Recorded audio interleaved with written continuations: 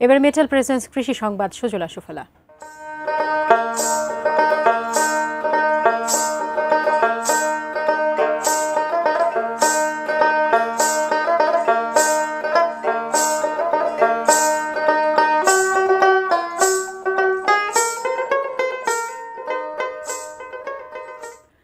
গোপালগঞ্জে বাঙ্গির দাম না পেয়ে লোকসান গুনছেন কৃষকরা।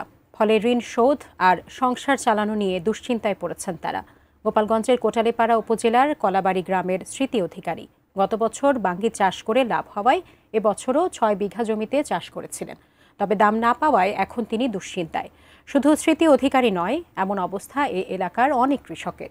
মৌসুমের শুরুতে ঋণ নিয়ে বাঙ্গি চাষ করেন তারা। তবে সময় মতো বৃষ্টি না হওয়ায় এবার ভালো ফলন হয়নি এবং দামও কম।